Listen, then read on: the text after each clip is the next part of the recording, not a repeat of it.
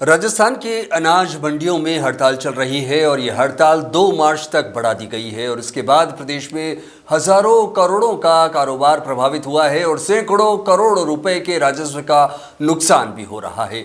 अकेले बीकानेर में लगातार 5वें दिन हड़ताल जारी रही और पक्की आदत संघ का अकेले 25 करोड़ रुपए का कारोबार प्रभावित हुआ है, जबकि आटा, तेल, दाल मिलों और किराना व्यापारी पर गहरा असर दिखाई दे रहा है।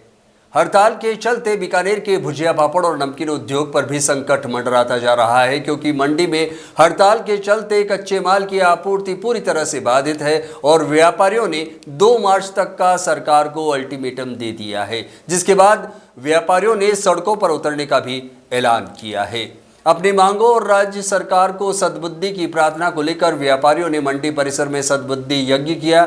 इस दौरान बीकानेर दाल मिल एसोसिएशन के अध्यक्ष जय किशन अग्रवाल, कच्ची आदत व्यापार संघ के अध्यक्ष जय दयाल डूडी, व्यापार मंडल के संरक्षक मोतीलाल सेठिया और कई पदाधिकारी और दर्जनों व्यापारियों ने यज्ञ में आहुतियां दी। इस दौरान व्यापारियों से बात की बीकानेर संवाददाता के सिंह ने।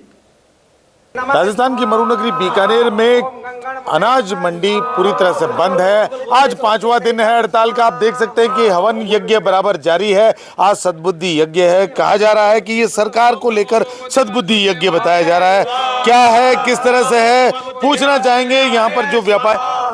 सर बताएं, क्या कहेंगे? ऐसा है, आज हमारी राजस्थान की पूरी मंडियां और जो दाल उद्योग हैं और जो आटा उद्योग है, तेल उद्योग है, मूंगफली दाना उद्योग है, ग्वार गम उद्योग है, उनको बंद का 5वां दिन है। राज्य सरकार हमारी मांगों पर विचार कर नहीं रही है। 23 तारीख से सारे व्यापारी लगातार हड़ताल पर हैं। इस हड़ताल की वजह से जहाँ करोड़ों का व्यापार प्रभावित हो रहा है, वहीं इस मंडियों से जुड़े हुए, उद्योगों से जुड़े हुए जो डेली बेजेस पे काम करने वाले मजदूर हैं, उन मजदूरों के रोजगार का संकट हो गया है। वो हमारे साथ आकर के अपने रोजगार के बारे में बात करते हैं। आज उनकी तरफ अगर आप बात करेंगे तो वो कहेंगे हम 5 दिन से बिल्कुल भी कमाई नहीं कर पा रहे हैं, तो उनके डेली के खाने पीने का संकट हो रहा है। ऐसा ही इस मंडियों एवं मिलों पे आधारित जो उद्योग हैं, पापड़ भुजिया उद्योग जो कि बीकानेर की शान है, वहाँ पे भी उनके पास कच्चे माल की उपलब्धता नहीं होने से उनका उद्योग भी निरंतर उत्पादन रखने में सक्षम नहीं हो पा रहा है। प्रदेश सरकार को सद्बुद्धि देने के लिए हम इस विश्व की सरकार भगवान पिता परमात्मा से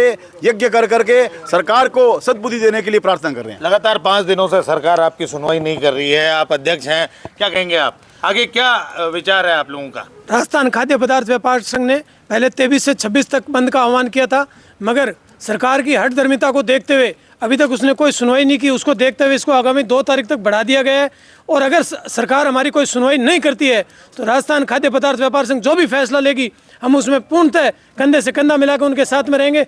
मगर हमेशा व्यापारी एक ऐसी कड़ी है, कोरोना काल के अंदर भी गवर्नमेंट ने, जब हर आदमी उस बीमारी के कारण अपने घरों में बैठ गए थे, तब भी सरकार के साथ में खाद्य आपूर्ति की चैन न टूटे, हम व्यापारी सरकार के कहने पर निरंतर कार्य पर अपने डटे हुए थे।